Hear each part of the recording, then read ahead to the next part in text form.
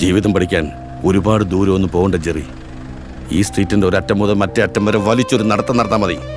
ഇവിടുത്തെ ഓരോ കോണിലും എല്ലുമുറിയെ പണിയെടുക്കുന്ന മലയാളിയുടെ മുഖത്തോട്ടൊരു നോട്ടം നോക്കിയാൽ മതി.